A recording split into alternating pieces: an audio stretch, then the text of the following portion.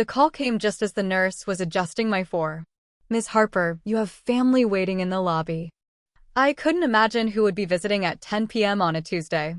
I'd only been admitted to St. Mary's 3 days ago after collapsing at work from what turned out to be severe pneumonia and dehydration. The doctors were monitoring me closely because of my compromised immune system, a souvenir from the chemotherapy treatments I'd completed 6 months ago. "Send them in," I said, trying to straighten my tangled hair with my fingers.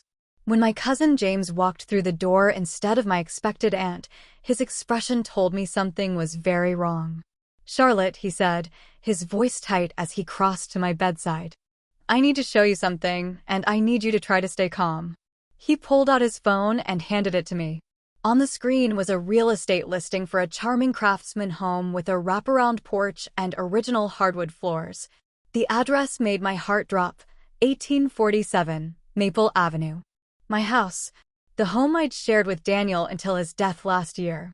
The home we'd spent 5 years renovating together, installing each floorboard, painting each wall, selecting each fixture with careful deliberation. "What is this?" My voice was barely audible. "I didn't list my house." "I know," James said, pulling up a chair. "Aunt Vivian did." The monitor beside me registered my spike in heart rate as James took my hand. "Don't worry. I've already handled it. The listing's been taken down." As both my cousin and a real estate attorney, James had always looked out for me, especially after Daniel's sudden death. "But there's more you need to know." I stared at him, unable to process the betrayal I was feeling. Aunt Vivian had been my mother's sister, and since Mom's death when I was 20, she'd been the closest thing to a parent I had. She'd helped arrange Daniel's funeral when I was too grief-stricken to function. She'd stayed with me for 2 weeks afterward, cooking meals I couldn't eat and fielding calls I couldn't take. And now she had tried to sell my home without my knowledge while I lay in a hospital bed fighting to breathe. Why would she do this? I asked, the pulse oximeter on my finger registering my distress with shrill beeps. James looked at the door, his expression grim. "She's here. So is Uncle Robert. They want to talk to you." He squeezed my hand. "I won't leave your side." When Aunt Vivian swept into the room in her designer coat with Uncle Robert trailing behind, I could see she'd been crying. Her makeup was immaculate as always, but her eyes were red-rimmed. She carried a large gift bag and an arrangement of lilies that immediately made my nose itch. "Charlotte, darling," she said, setting down the flowers and rushing to my side opposite James. "How are you feeling? Why didn't you call us when you were admitted? We had to hear from Carol at church that you were here." She reached for my hand, but I pulled away. "Why did you list my house for sale?" I asked, my voice stronger than I expected. The room went silent except for the steady beep of my heart monitor. Uncle Robert shifted uncomfortably near the door. Aunt Vivian's face transformed from concern to what she probably thought was compassionate determination. "Sweetheart, it's been over a year since Daniel passed. Living in that house is keeping you trapped in grief. Look at you, hospitalized from exhaustion and not taking care of yourself." She brushed hair from my forehead in a gesture that once would have comforted me but now made my skin crawl. "You need a fresh start. A smaller place with no maintenance. No memories haunting you every time you walk in the door." "Those memories are all I have left," I said, tears welling in my eyes. "And that house is mine. You had no right." "I'm your medical proxy," she said, as if that explained everything. "After your cancer treatments last year, remember? You never changed it. And I was acting in your best interest. Being my medical proxy doesn't give you the right to sell my property," I said, looking to James for confirmation. "Absolutely not," he agreed, his attorney voice taking over. "What you did was completely unauthorized and potentially illegal, Aunt Vivian." Aunt Vivian's face hardened. She's not thinking clearly. She hasn't been since Daniel died. That house is draining her financially and emotionally. She turned to me, her voice softening artificially. "Darling, I already have 2 offers sight unseen. Over asking price. You could move into that lovely condo building near us. We could take care of you." The realization hit me like a physical blow. "How long has the listing been up?" I asked James. 3 days, he answered. "Since the day you were admitted." The timing wasn't coincidental. Aunt Vivian had waited until I was literally unable to object, then moved with stunning efficiency. There was something more here, something she wasn't saying. "The truth, Aunt Vivian," I said, my voice surprisingly steady despite the fury and betrayal coursing through me. "Why now? Why the rush to get me out of my home?" Uncle Robert cleared his throat. "Vivian, just tell her." She shot him a withering look before turning back to me with a smile that didn't reach her eyes. "Berkshire Development made an offer on your entire block. They're building luxury condominiums. The neighbors have all agreed to sell. You're the last holdout, and frankly, you're preventing everyone from getting the best price. Mrs. Klein next door could really use that money for her retirement, and the Patels need it for their son's college tuition." The manipulation was so transparent it would have been laughable if it weren't so devastating. She was trying to make me feel guilty for keeping my own home, as if I were personally responsible for my neighbors' financial futures. "And what do you get out of this?" I asked. "Why do you care if I sell or not?" The silence that followed my question was answer enough. James leaned forward. "Aunt Vivian is a silent investor in Berkshire Development. She stands to make a substantial profit if the project goes through." The betrayal cut so deep I could barely breathe. As I gasped for air, the monitor started beeping more urgently, and a nurse rushed in. "Everyone needs to leave," she said firmly, checking my oxygen levels. "Ms. Harper needs rest." "I'm staying," James said, standing his ground. "I'm her legal counsel."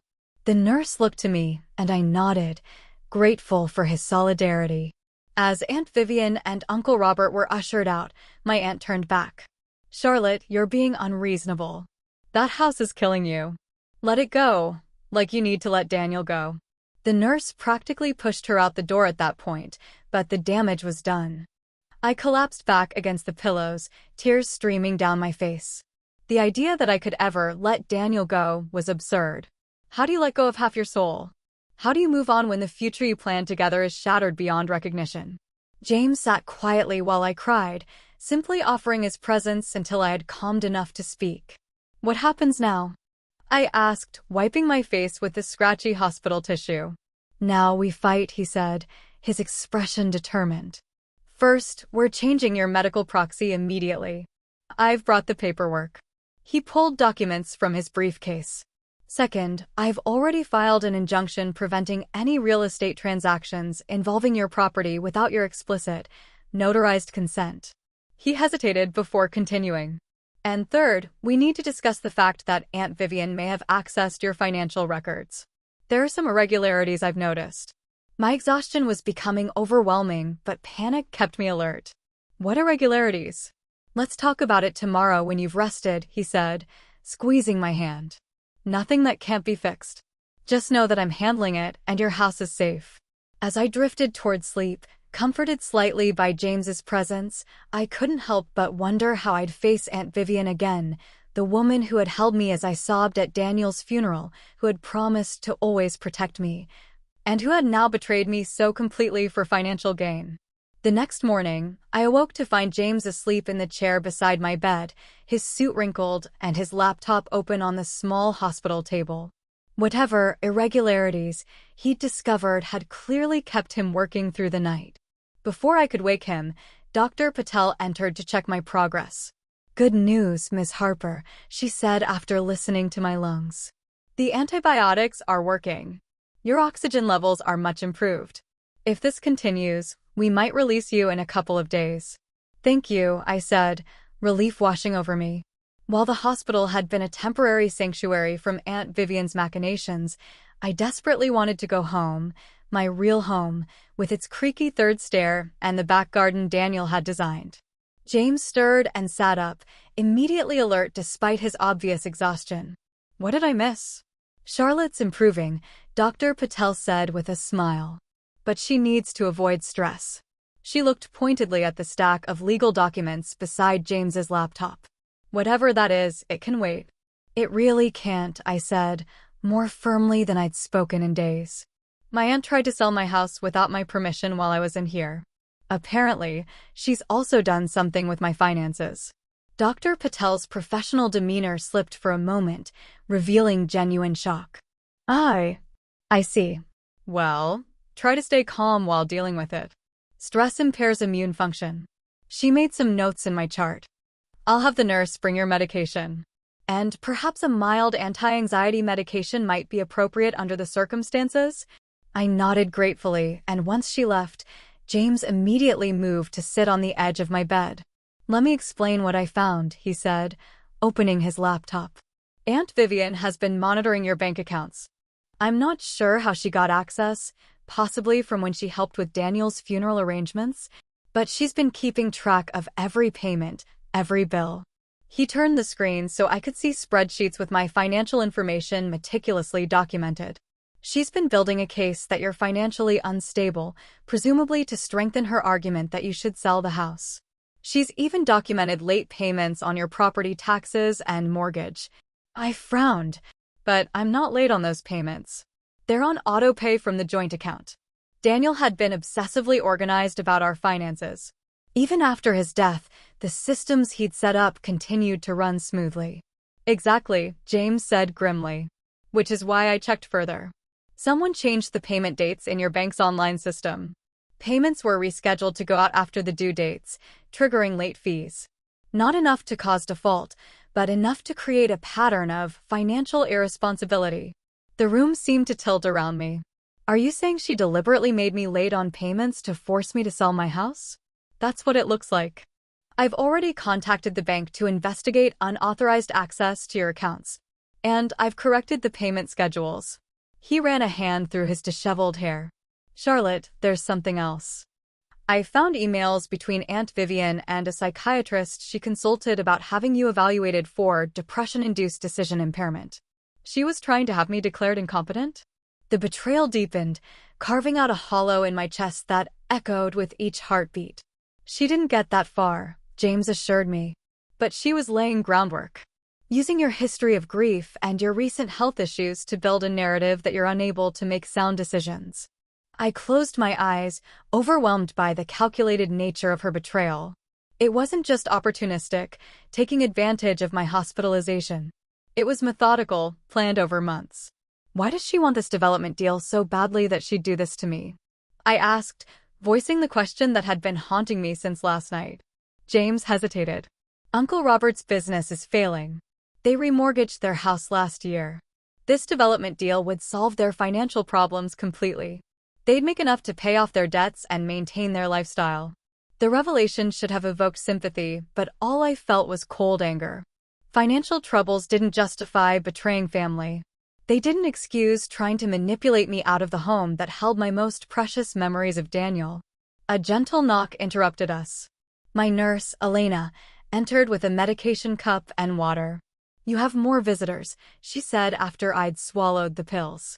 But I told them they need to wait until you're ready. No stress, doctor's orders. Who is it?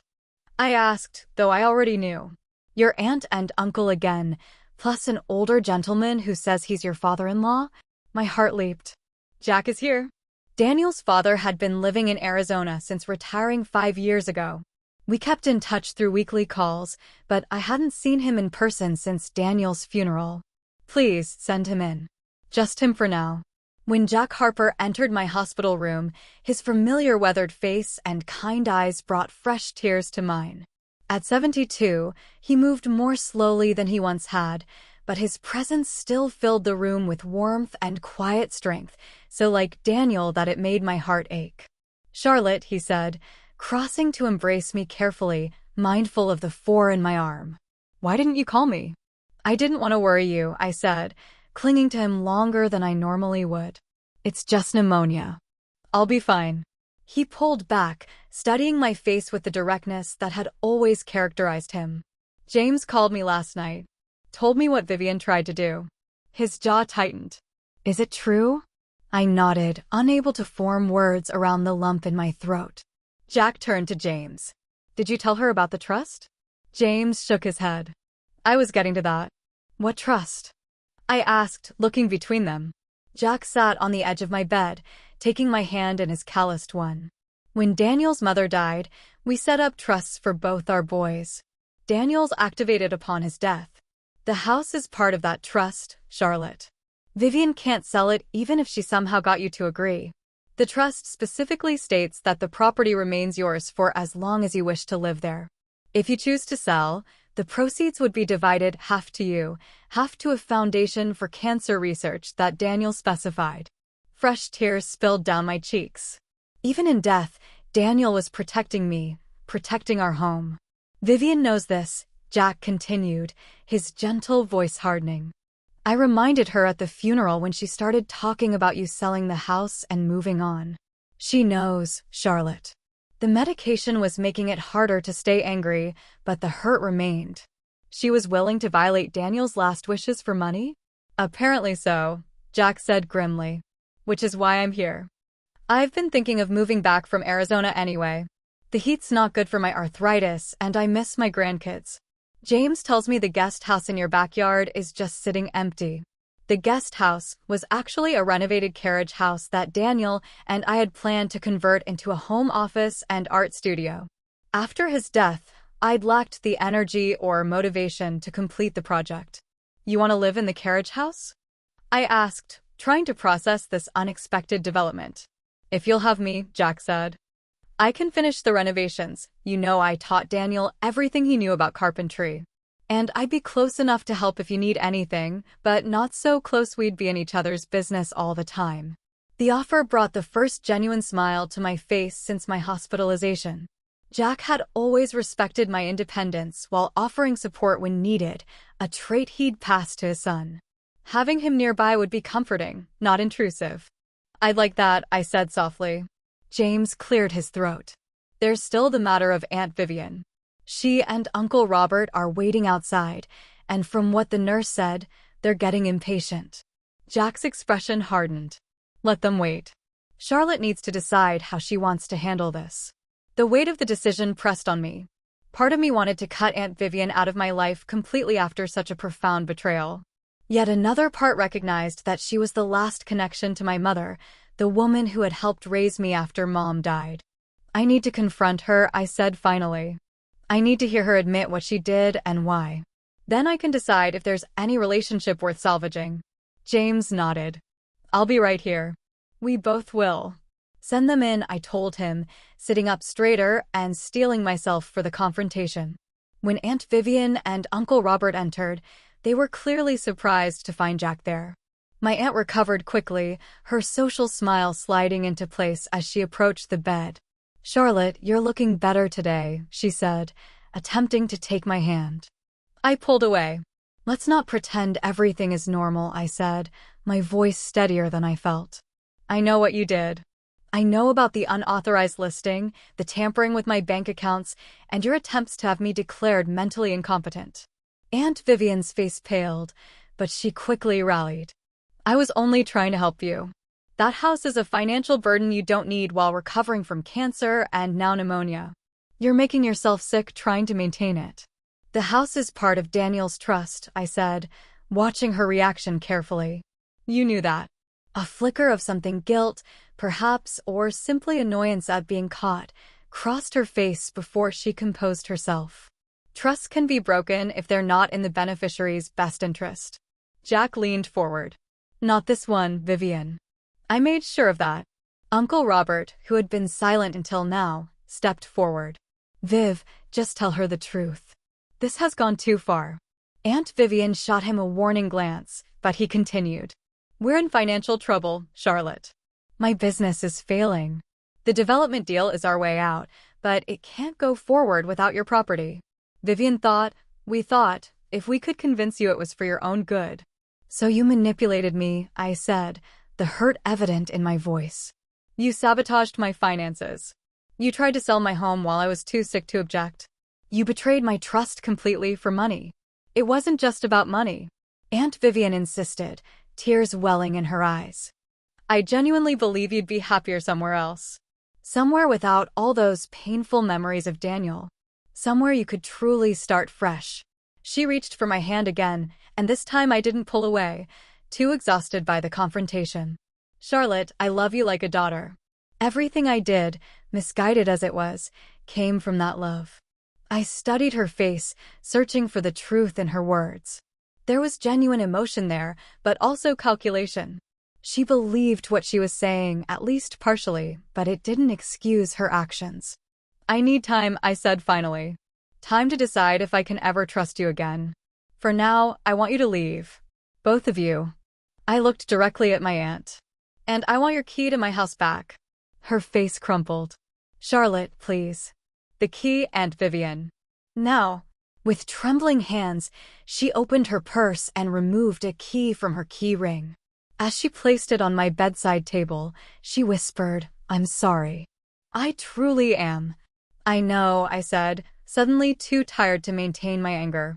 But that doesn't fix what you broke. After they left, the room fell silent except for the steady beep of the heart monitor. James looked at his watch. I need to file some paperwork to ensure the injunction stays in place. Will you be okay if I step out for a couple of hours? I nodded, grateful for his help but eager for some time alone with Jack. After James left, Daniel's father moved to sit in the chair beside my bed. You handled that well, he said, pride evident in his voice. I don't know what to do about her, I admitted. Part of me understands her desperation if they're really in financial trouble. But the way she went about it. I trailed off, unable to articulate the depth of the betrayal I felt. You don't have to decide anything right now, Jack said gently. Focus on getting better. The rest will sort itself out. We sat in comfortable silence for a while before I asked the question that had been nagging at me. Do you think I should move? Start fresh somewhere without all the memories. Jack considered my question with the thoughtfulness I'd always appreciated in him. After Margaret died, he said, referring to Daniel's mother, everyone told me to sell the house. Said it would be easier to move on without all the reminders. But I found those reminders comforting. Her garden, the kitchen where she'd cook Sunday dinners, the mark on the wall where we measured the boy's growth, they kept her presence alive for me. He squeezed my hand. But that was my choice. Yours might be different, and that's okay. The important thing is that it should be your choice, not someone else's. Tears slid down my cheeks. I'm not ready to leave yet. Maybe someday, but not now. Every corner of that house holds a piece of Daniel, of us together. I'm not ready to let that go. Then don't, Jack said simply. And don't let anyone make you feel guilty for holding onto what matters to you. 2 days later, I was discharged from the hospital with strict instructions to rest and continue my course of antibiotics. Jack insisted on staying at a hotel near my house until the carriage house renovations were complete, despite my offer to let him use the guest room. You need space to recover, he said, not a house guest to worry about. James had handled all the legal fallout from Aunt Vivian's actions. My bank accounts were secured with new passwords and additional verification steps. The property was legally protected from any unauthorized sales, and Aunt Vivian's access to my medical information had been completely revoked. As Jack drove me home, I felt a mixture of anxiety and anticipation. I hadn't been away from the house for this long since Daniel's death. What would it feel like to walk through that door without him again? Would Aunt Vivian's words about being trapped in grief echo too loudly in those familiar rooms? When we pulled into the driveway, I was surprised to see several cars parked along the street. What's going on? I asked Jack, who looked suspiciously unsurprised. A little welcome home committee, he said with a small smile. Nothing too overwhelming, I promise. As we approached the front door, it swung open to reveal Elena, my hospital nurse, dressed in casual clothes rather than scrubs. Surprise, she said with a warm smile. Don't worry, this isn't a party.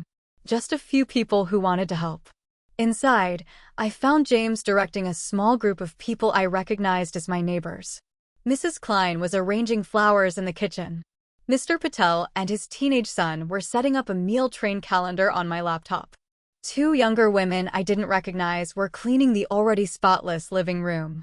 What is all this? I asked, overwhelmed by the unexpected support. James approached with a clipboard. After what happened with Aunt Vivian, I thought you might appreciate knowing who your real allies are. He gestured to the neighbors. When they heard about the development deal and how your aunt tried to force you out, they were outraged. Turns out, most of them don't want to sell either. They felt pressured. Mrs. Klein abandoned her flowers to embrace me gently. Your aunt came to each of us, told us you had agreed to sell, and that we were holding up progress by not joining in. We had no idea she was lying. We formed a neighborhood coalition, Mr. Patel added proudly, to fight the development together. Your cousin has been helping us pro bono. James shrugged modestly when I looked at him in surprise. Just doing my job. And these ladies? I asked, indicating the unfamiliar women cleaning my living room. From the cancer support group you attended last year, Jack explained. They called the hospital when you missed the meeting. When I mentioned you were being discharged today, they insisted on helping. One of the women approached, introducing herself as Tasha. We take care of our own, she said simply. Caroline over there brought meals for the freezer. I'm on light cleaning duty, and we've arranged a rotation to check in on you until you're back on your feet. Tears welled in my eyes at their kindness.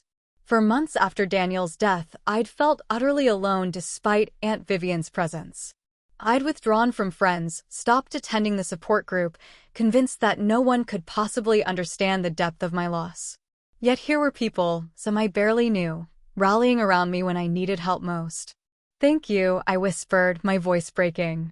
I don't know what to say. You don't need to say anything, Elena assured me. Just let us help. And maybe, when you're feeling better, you can come back to group? We've missed you. As the afternoon progressed, I sat in Daniel's favorite armchair, watching this improvised community move around my home.